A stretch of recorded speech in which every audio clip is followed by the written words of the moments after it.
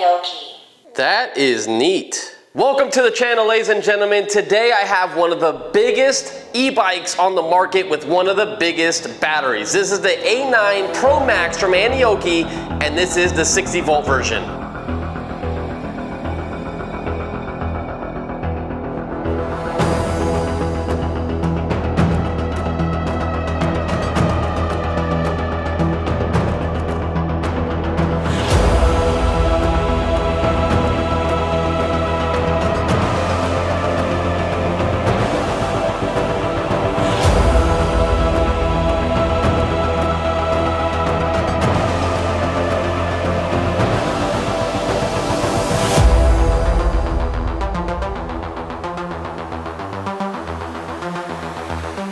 Now the first thing I want to show you guys is how big this thing compares to some other e-bikes I have in my garage. So here is the bike compared to my Ride One Up DRT. Here is the bike next to my Super 73 72 volt. This is the bike next to my Sur-Ron, that's 72 volt. This is a comparison against the Ehora Romeo Ultra 2. Now this is in comparison to the Lyric Graffiti X 2025. And last but not least, my Ghost Cat F3X Pro. This bike is so big that they recommend you need to be at least 5'9" and up to about 6'4" for you to be able to ride this bike. And this is with the seat on the lowest position. Now this seat is raisable. It does go pretty high like this, but I'm not gonna do that because I'm at the bare minimum. I am 5'9", and this is how I look sitting on the bike. My feet cannot be flat-footed. I am on my tippy toes. And this is a definitely heavy bike. It feels like when riding around, it's 168 pounds. Okay, so we know this bike is huge. I obviously pointed that out. It's one of the biggest bikes ever, but what are you spending your money on? Like, what hardware does this bike come with? The one I have sitting behind me is a 70 amp hour battery, and it comes in at $3,800. If I wanted to step up to the 80 amp hour version, it's $4,100. But what do you get? You get two motors on this bike, 2,200 watts each. If you do get the 52 volt version, you're looking at 2,000 watts each. You also get these massive 300 millimeter rotors, and guess what? They are also on the other side of the bike, which means you get a total of 3 rotors on this bike, 2 up front, 1 in the back. And if you notice, they all look like they're 6-piston hydraulic brakes. But after bringing up my flashlight and looking inside, it looks like it's dual piston in the front. So you have 2 on this side, and you also have another 2 on the other side. In the back, it's a little hard to see, but there is definitely 6 pistons in the rear. I'm assuming they probably did that just for cosmetic reasons, just so it looked uniform and it looked the same, but it did throw me off a little bit thinking the front was 6-piston and the rear was 6-piston. But you could definitely tell by looking at it from the side that there are 2 lines running to the rear, and there's only 1 running to the front. All in all, it should just stop really good, right? So we're just gonna see when we get to the braking test if this bike really stops the way it should be, because I mean, these are the massivest brakes I've ever seen, even bigger than like a Honda Civic. Sorry, Honda Civic owners. Okay, sorry, we got a little bit distracted. Let's go over every single part on this bike really quick so we can get out for that ride and see how fun this thing is. Starting off in the front, this is the first bike that the first thing you see is it has a camera right behind the display. This is the first time I've ever seen a camera on a bike, so it actually records your rides. Below that, we have the CBS braking system right there, so all the hydraulic brake lines, the rear and the front, they go to this block right here, and that helps you with rear wobble when you're braking under like emergency situations, everything like that. So it's nice they added that, so it's a nice safety feature on this bike. You get a headlight right in front of that, which looks decent. You also get hazards and turn signals. Right now it's on the hazard setting just to show you guys how that looks. And here is how the brake light looks with the flashing hazards and turn signals. Now you notice this bike has a rear rack compared to some of these other bikes that are in this massive category in size. They normally don't come with a rear rack. Underneath the handlebars is where you're gonna have your air adjustment on the left-hand side. And on the right-hand side is where you're gonna have your compression adjustment. Now, if you didn't notice already, but you can tell that these aren't lit up. So when you do hit your turn signal, or right now we have the hazards on with this top button right here, you can see that it has a blue little indicator on the back, letting you know that your turn signal is still on. Some bikes have the illuminated lights right here. This one has them down here, and that's actually a very good thing because you can definitely see those at night. I can even see them in the daytime. And there is your low beam and your high beam. Now let's try this horn down here. All right, decently loud. It's coming from that headlight up front. Now moving on to the button layout over here. This is your plus button. This is going to go up in pedal assist, and it changes color for every single pedal assist. And holding this is what turns your headlight on, is the plus button.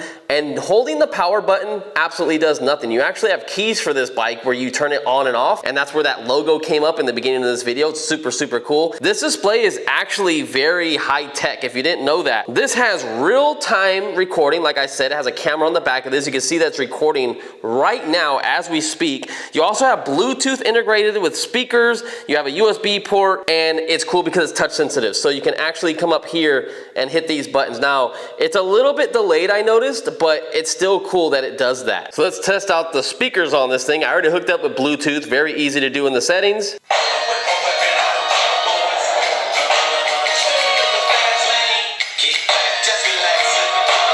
Pretty loud for a speaker system on a bike, if you ask me, especially when you're doing like 44, 45 miles an hour on this bike. You are definitely gonna hear that music. Obviously, it depends on your helmet situation. If you have a full face helmet, you're not gonna hear it as much, but I already rode it down the street and tested this out, and they were actually pretty decently loud at 30 miles an hour.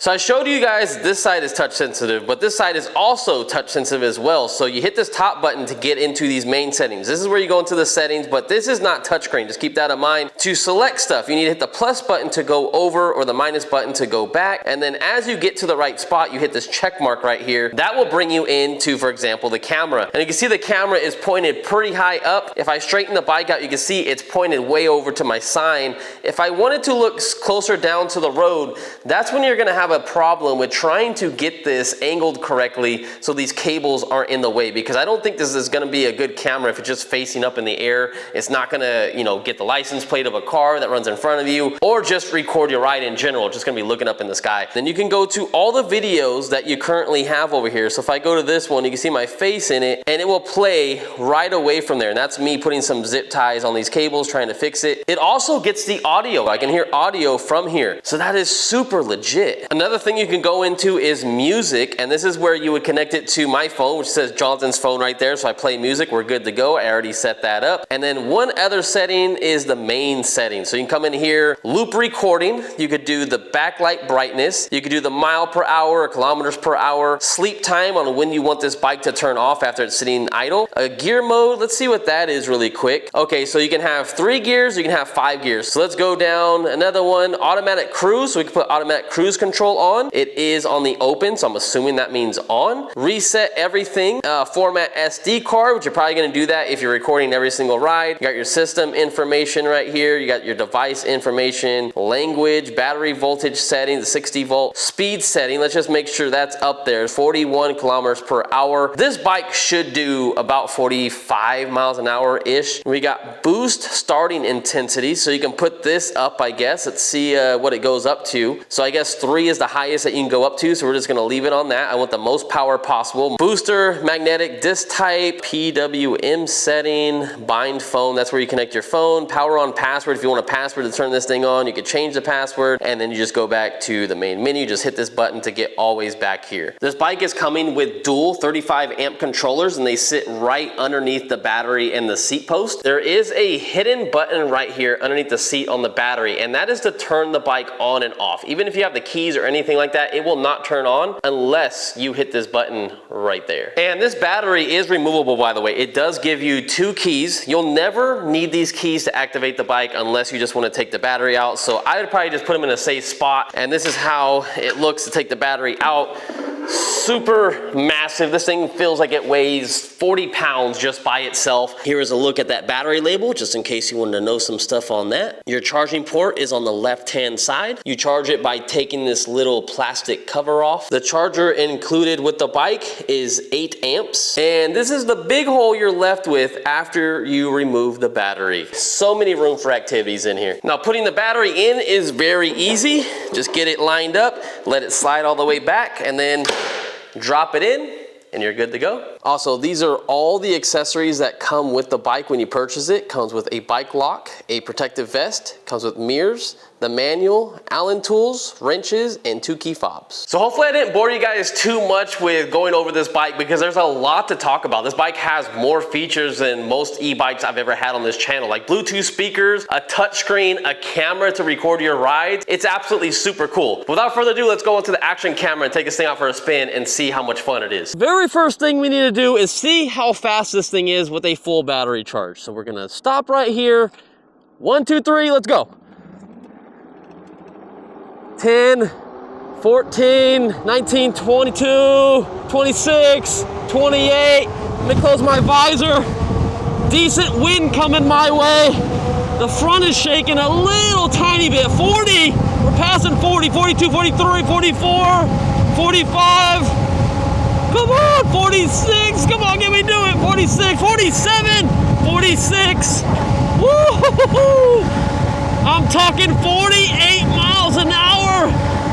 It looks like we're holding a good 46 to 47 miles an hour, and this is about 1 to 2 miles per hour off of that speed. All right, so the next thing I want to do is put it into pedal assist 1, and I want to see what the top speed is of that. And I gotta say, this is very tame and calm. This is actually very nice. If you didn't want to go that fast, especially like if you're in an area with a lot of foot traffic or a trail or something like that, or someone's getting used to the bike, this is pretty chill. I thought the throttle was still gonna be twitchy for being 60 volt, and it brings us up to 8 miles an hour. So let's bring it up to 2 and see how fast 2 is. Looks like we're getting about 16 miles an hour in mode number 2, so it doubled. Let's go to 3. 3 is bringing us to 23 miles an hour. Let's check out 4. Mode 4 really brought up the power there, and that's bringing us to about 35 miles per hour.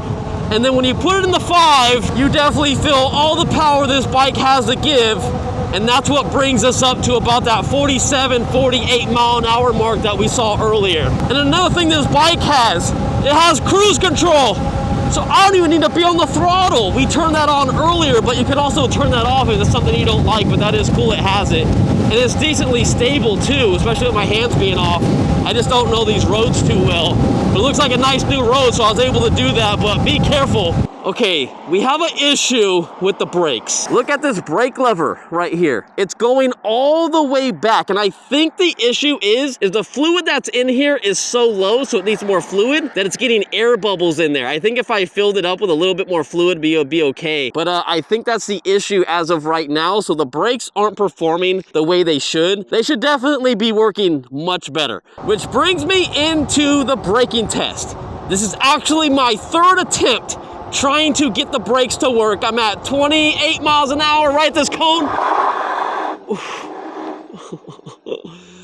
It's getting worse and worse. I just smell rubber. So we stopped right at that cone, and you can see all the marks way down there, and you can even see this one. The other time it stopped actually a little bit better, and that's because I noticed there is no more fluid in this reservoir right here. It's absolutely just sucking up air. So this brake right here isn't doing anything anymore, which is unfortunate. So that means I would have to get brake fluid and fill it up in here. I'm pretty sure once I put brake fluid in there, it does get the air bubbles out after you push it multiple times. So you won't have to bleed them by taking off the little caps and everything on the brakes. However, that is unfortunate that I got one that ran out of brake fluid, but it is what it is. Things like this happen, and that's something to note down, that this could happen to you when you get your bike. So I guess we're just gonna have to be a little bit more careful on today's ride. Let's see how this bike performs in some gravel. An unfinished road going as fast as possible. Big, huge 26-inch tires.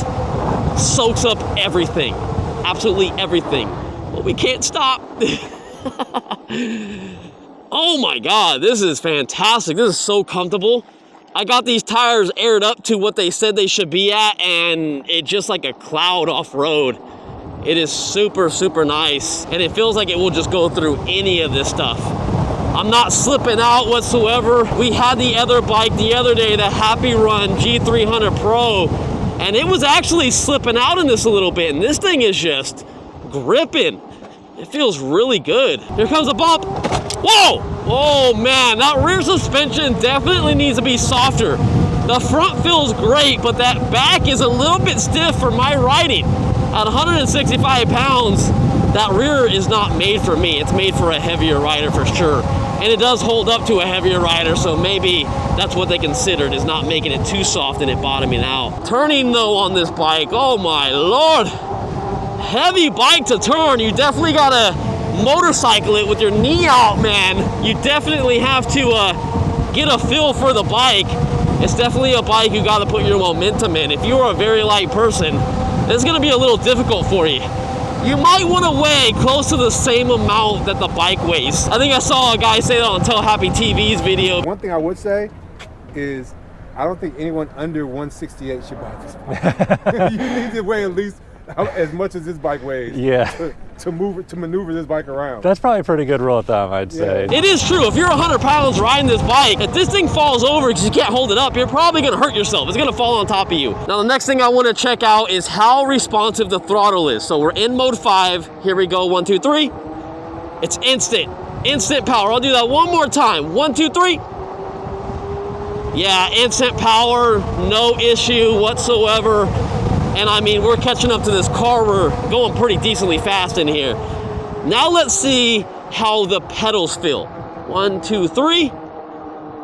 Oh man, they have not, oh, there they go, they activated. Whoa, that was like a 3-second delay. I gotta test it out again. Here we go, 1, 2, 3. Ooh, yeah. Very late delay on the pedals. That's about 3-second delay, but the throttle is almost instant. So another thing this bike has is gears. So we're gonna go through those right now because I also wanna see when ghost pedaling happens. We have a massive chainring up front I didn't even talk about from earlier. So I'm gonna go through these gears real quick. I'm connected to the bike, it's shifted, nice and smooth, no clunkiness to it. I'm still connected, Still connected. Okay, about 35 miles an hour and I am not connected to the pedals anymore. I am basically just moving my feet to get that cadence sensor to work and we're gone. So if you want a pedal bike, it's good for 35 miles per hour. Now let's go off-roading and a little bit more sand and gravel and see how this thing does. Whoa, the front tire is definitely peeling out, that's for sure. The front tire is definitely losing traction. That is something you gotta be careful with bikes like this, especially being very heavy and a motor on the front. You'll definitely slip out if you're coming around a corner and you hit it and you have a lot of power, it will slide. See, like that? Like, I'm struggling to hold it straight because I gave it full power in a turn. Now, if you lean a lot with it, you will go down. So definitely be careful. But it seriously feels so good off-road. It really feels good. I mean, this is fantastic. And it looks like they blocked off our hill test. So we gotta find another area to do a hill test. Oh dang, they're spraying it as we speak right now. That's why they blocked it off. All right, we will definitely come back. Surprisingly, I am able to go around this a little tiny bit faster than the Happy Run. The only thing I'm getting in these turns is a little tiny bit of wobble from the front. The rear is perfectly fine and planted, but the front is a little wishy-washy when going decently fast. Let's see if we have any issues coming over the bridge section.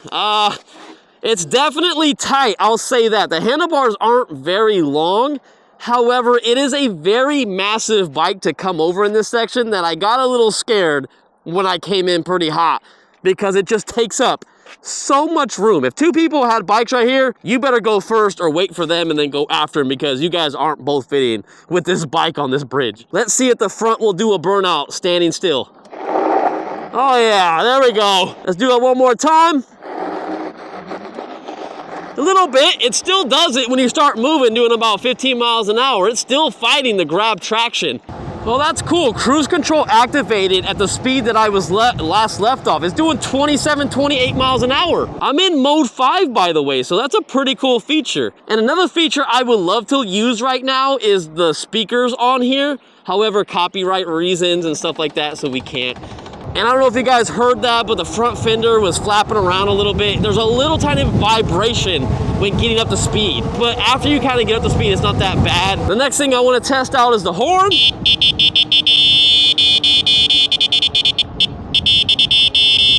It's okay. It's not an actual horn. It's just coming from the headlight, so it's a little speaker in there. It could be louder. People on a trail are probably gonna hear you, but no one in a car is gonna hear you at all. Let's see how it is to do a roundabout Woo! I don't know how wide you can get on this bike, but definitely you can't go super fast around a corner, especially if there's a bump, because man, such a massive bike. Such a massive bike, but it's great for straightaways. I mean, look at this.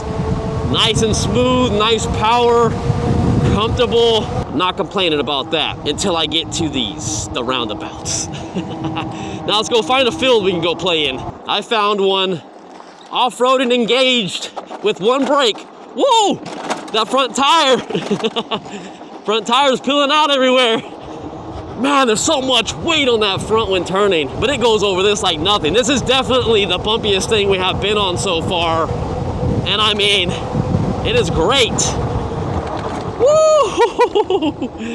Here we go. A lot of bumps. A lot of bumps. A little bit more smoother here. Here comes the jump. Here comes the jump. Woo! Oh, jumping the Aniioki A9 ProMax. A lot of noise from that chain back there. It's slapping around. It's a huge chain with a bunch of links because that front chain ring is just huge. Definitely bumpy in the back. The front is great. Can't complain about the front. The back I'm gonna complain about for my weight. It's just not that comfortable. Whoa! You see that I leaned a little far to the right and it just started sliding out from under me. Gotta be careful. A lot of weight comes a lot of responsibility. This looks probably like a fantastic bike though, to be hauling ass everywhere. People probably see you and they're like, man, I posted pictures of this thing and there were so many people saying, wow, that is a massive big bike. All right, so let's talk about something else on this display. Something that I thought this bike did, but it doesn't. So of course this is touchscreen. I have gloves on, by the way. So if I hit this, it still works. I'm gonna go into record because it's recording our trip right now. So I thought you can watch this live recording while like riding around and watch. Check out the screen. It goes away. And then you can't get back into the settings to see the camera. I thought that would have been super cool if you could see your ride as you're riding, but that's probably a huge safety thing, so I get it. Another thing about this bike is you can come back in here and you can go to video. And I took my gloves off because it's actually a little bit easier without gloves. It's a little finicky when you have gloves on, but it does work. So come in here, go to video, click the plus. It's gonna ask you to stop the current recording that you're on. So you have to do that first. Then you can come to any one of these and you can hit OK. And you can hear the audio and watch the video at the same time.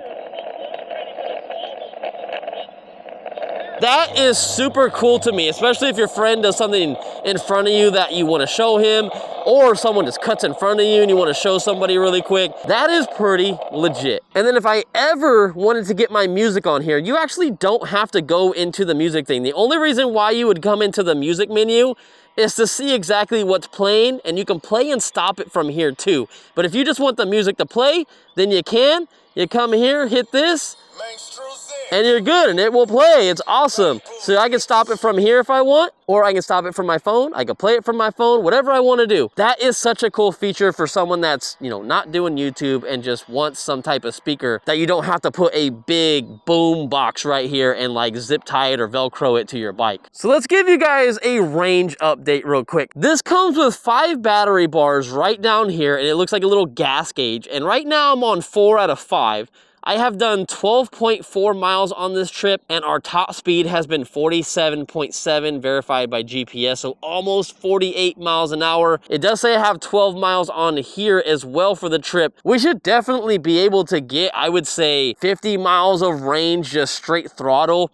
And I would probably say over like 150 if you're just chilling, going super slow, like 15 miles an hour or something like that, and you don't weigh that much. So now let's go over some of the miscellaneous stuff on this bike. Let's start with the tires. The only thing I'm hearing on the bike is the tires because they're knobby tread. They're great for off-road and on-road. Very comfortable, no issues. These motors are absolutely quiet. I hear no noise from these motors. So if you really want a quiet bike, this is hands down a great quiet bike. I'm not having a single issue with this bike with noise, if that's a big concern to you. I love this hazard button right here, so you can turn that on. Another thing is I can see those blue LEDs in the back, so I know that the turn signal or the hazards are on. The buttons right here need to be aimed up a little bit. You can get an Allen and tighten those, but I like that your turn signals are right here, very easy to use with your thumb. The horn is very easy to access. Your plus and minus is easy to access. The only ones that are very hard to access are the ones that are actually on this. But I like that it has it on here just because, but you'll never probably use these ones on the screen because it's just awkward. You can just do it with these buttons right here. The power button doesn't do anything. You can literally mess with this all day long. You have to have the key fob on you at all times. And I'm not talking about the key that goes into the battery because there's a different key for that. So you get 2 keys for the battery and then 2 key fobs to turn it off and on and to alarm it. So it does have an alarm on here, which is super nice, and it goes off if someone bumps into it. The shifter felt great. Obviously, I got a defective one with not having enough brake fluid in the reservoir right here, so that's unfortunate, but I'm pretty sure once I fill it up with something, it will work perfectly fine once the air bubbles get out. And the brakes overall feel great. The one that works feels really good. The back one locks up. It sucks that the front one isn't working that well because that's the one that has both the rotors on there. And I'm really digging the front suspension. It's very comfortable up front. It's a little shaky from the get-go, but I mean, it feels great. And cruise control, that scared the crap out of me just now. I totally forgot that cruise control was on, and I wish that I had room to get over. This is a very big bike, so I guess that's a thing for you. That's gonna be a concern, you know, you gotta fit into tight spaces in your area. This probably won't be the bike for you. It is definitely a massive bike at the end of the day. Turning wise, no, don't get it if you don't wanna have a heavy bike with turning. You gotta lean your weight with it. You're a lighter person, whatever. It just doesn't feel that comfortable turning. You can definitely get a 70-pound bike and you'll definitely see the difference. Definitely got to be careful on the turns. And you're going to be taking wider turns, and my chain just came off. How did my chain come off just from that? Did you guys hear that? So that's a concern. All right, easy peasy, lemon squeezy. I don't know. Oh, okay, well, it's kind of easy. I got stuck in the middle. Oh, there we go, there we go. I wonder why. I wonder if this needs to be tightened or something like that because, yeah, this is pretty loose. This is pretty loose. So that's what's making a lot of the noise on this bike, which is unfortunate. And these, I think, need to be loosened up for me a little bit before they lose contact with the spring because they need to be a lot softer. And a lot of you guys are gonna like this because it has a rear rack back here and an adjustable seat, which most bikes don't in this category that have 60, 70, 80 amp hour batteries, and it's one single battery, not a dual battery setup. I like it though overall. It's performing very good. I can't wait so we can test out the headlight and everything in a second video, but I'm getting ahead of myself. All I'm saying is you might wanna like this video so you find it easier, or subscribe and you guys can get more content on this thing when I go for the next ride after this. Without further ado, I'm gonna go back to the house right now. Unfortunately, we were unable to find a hill test. I apologize. Maybe I can take this to another location a little bit farther away and we'll do a hill test like somewhere else when we go into the dirt field and whatnot like we did with the other bike. But for now, let's go back to the house, give you my final conclusion. All right, guys, we are back in the garage with my final conclusion. And I gotta say, if I was to give this bike a rating from, 0 out of 10, I'd probably put it at about an 8 out of 10 because it's a pretty fantastic bike. But if I went off the price of this bike, I'm gonna put it closer to a 6.5 out of 10 because it is still a very expensive bike and it's not really made for a lot of short people. This is a bike that's just made for tall people in general. So if you are 6 foot, maybe even closer to 7, you will like this bike because you can always adjust the seat and you can go much, much higher. Then you can go to about that, and that is massive. You'll get a good pedal stroke. Of course, you can only go up to 35 miles an hour until you start feeling ghost pedaling. If you're not really familiar with what that means, it basically just means how you feel the chain is connected to the bike while you're pedaling until you get to the point where the bike's just going too fast and the pedals are moving faster than your feet can move, and it just feels like you're moving the sensor and you're just getting all the power possible out of the bike and you don't have any resistance in your feet. We're talking about the chain came off towards the end. The chain is super loose, so I believe it needs to be tightened in the rear a little bit, but the gear shifted fine, no issues with that. You're definitely want gloves on this bike because it is plastic, full throttle and a plastic grip on this side. It does have locking end caps. Mine came loose twice before I was shooting my video, but I think I finally got it because it never came out this last time. I love that it has a hazard button. I love that it has a high and low beam, the turn signals. The horn is okay. The horn is not great. I would like to see a real horn, but the camera is probably one of the coolest features on this bike as long as you can move these cables out of the way. I think that was kind of an oversight when it got put together because that distribution block with all the brake levers where the hydraulic lines go into to distribute the fluid and stuff like that. It didn't seem like it was doing its job because I got a bunch of fluid in here, but there's no fluid in here, but I'll fix that probably by the next video. I'll order some on Amazon. But yeah, I just love that feature. I just wish that it wasn't being blocked by the cables.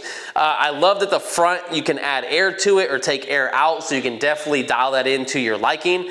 The back isn't really adjustable. Yeah, you can move these a little bit, but you're gonna get to the point where the spring is not compressed at all, and it's just gonna be, you know, making a bunch of noise, vibrating together and click-clacking around back here. So you definitely wanna have a little bit of tension on those springs, and it feels like it's barely at the maximum where if you loosen it anymore, the spring isn't gonna be attached anymore. So I love that it has a rear rack. Most bikes in this category just don't have a rear rack. The brake light, I didn't really check out because we're not riding at night and I wasn't behind the bike, and the bike is so big, I can't even see the brake light. But keep this in mind, if you do decide to get this bike and you like it because it has a rear rack, think about how you're gonna get on this bike. Because if you have something like this on the back, even me at 5'9", you would have to be like this to get over this bike, because you wouldn't be able to go around like that. So keep that in mind, that this is gonna be a difficult bike to get on and off if you carry cargo in the back. But again, if you're a tall person, you're probably not gonna matter. You probably just be like, oh yeah, boom,